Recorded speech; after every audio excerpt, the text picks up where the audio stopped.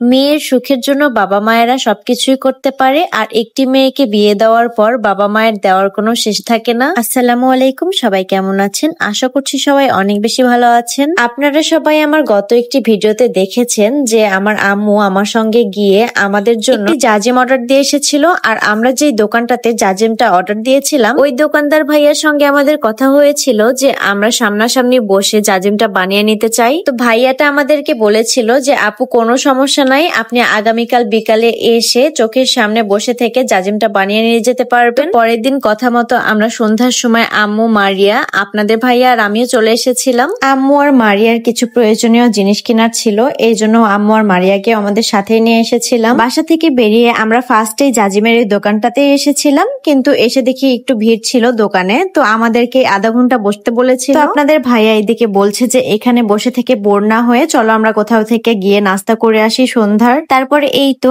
আমরা সবাই মিলে স্টেশন রোড তাজমহল মোড়ে একটি ভাজা পোড়ার দোকান আছে, ওইখানে চলে এসেছি নাস্তা করতে। আর এই দোকানটাতে আসার কারণ হচ্ছে এই দোকানটাতে দুধের সর পাওয়া যায় আর দুধ পাওয়া যায়। মারিয়া এখান থেকে দুধের সর খেতে চেয়েছিল, এই জন্যই আমরা এই দোকানটাতে এসেছিলাম। আর এসে দেখি অলরেডি দুধের সর শেষ হয়ে গিয়েছে। তারপরে আপনাদের ভাইয়া বলল যে এইখানকার দুধটাও অনেক মজা, অনেক ঘন করে জাল দিয়ে তারা বিক্রি করে, তাই জন্য আমাদের চারজনের জন্য 4টা গ্লাস অর্ডার করেছিল।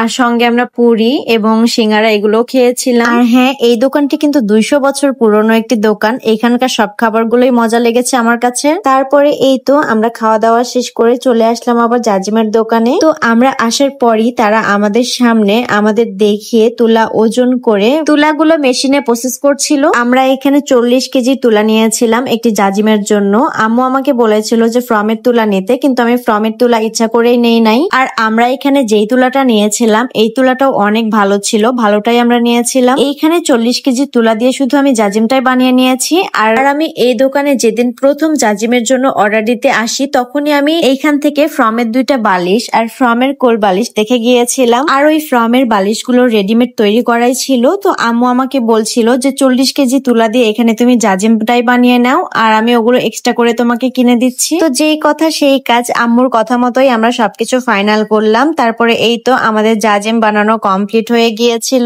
আমার বিয়ের পর থেকে আমার আম্মু আমাকে আমার সংসারে যত কিছু লাগে, যেমন গ্যাসের চুলা থেকে রাইস কুকার, প্রেসার কুকার, হাঁড়ি, পাতিল, প্লেট, বাসন, কাঁথা, কম্বল, লেপ, বালিশ, তোশক, চাদর, যা যা খুঁটিনাটি একটা সংসারে প্রয়োজন সবকিছুই আমার আম্মু আমাকে দিয়েছে বিয়ের পরে আমার নতুন সংসারে। আর বিয়ের পর আমি যেহেতু শ্বশুর বাড়িতে থাকি নাই, একেবারে আমার আলাদাই নতুন সংসার হয়েছিল।